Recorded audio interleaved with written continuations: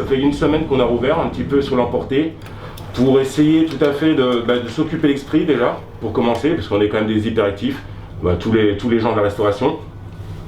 Et puis essayer aussi de faire à manger aussi aux gens, parce qu'effectivement tout le monde fait un petit peu à manger chez lui étant confiné, mais en essayant d'apporter une cuisine un petit peu différente, avec des saveurs ou des cuissons qui n'ont pas forcément la possibilité de faire chez eux. Pour éviter le maximum de contact possible avec le public, on passe effectivement avec Uber Eats, et là on a mis aussi en place Deliveroo pour essayer d'élargir un petit peu notre champ d'action. On travaille surtout sur des services à l'assiette, donc avec des présentations qui sont quand même assez sympathiques, assez sexy on va dire.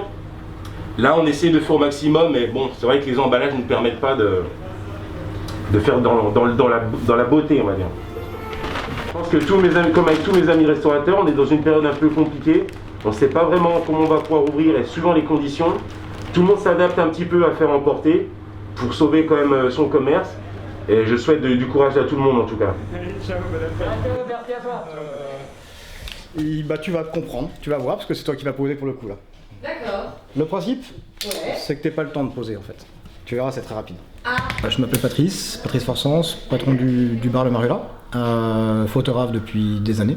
J'ai monté ce projet de Salut à toi parce que patron de bar, je suis confronté comme tous les autres patrons de bar et de resto à une situation qui est terrible.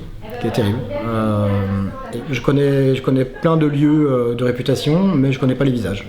Donc là, c'est toute une série de portraits sur les patrons de bar, les gérants, patrons de resto, boîtes de nuit, et puis montrer qu'on est capable de se fédérer, capable d'être soudés, d'être côte à côte, et surtout en fait traiter tout le monde à la même enseigne. C'est-à-dire qu'en fait je photographie tout le monde avec la même lumière et le même cadrage.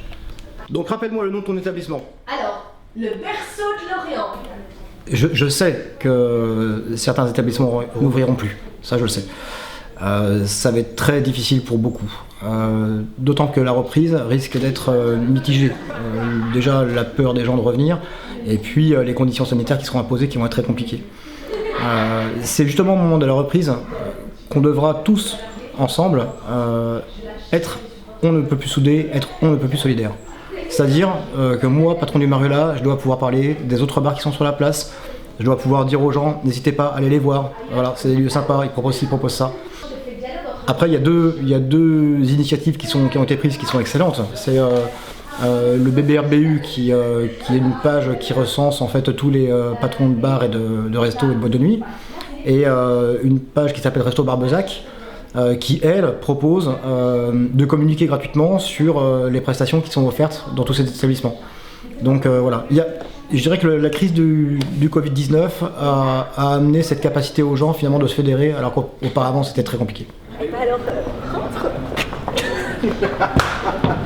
Je m'appelle Kéra et je suis responsable du restaurant Le Berceau de Lorient. La fin du confinement est proche et pour marquer cet événement, aujourd'hui on va tourner une vidéo un peu spéciale.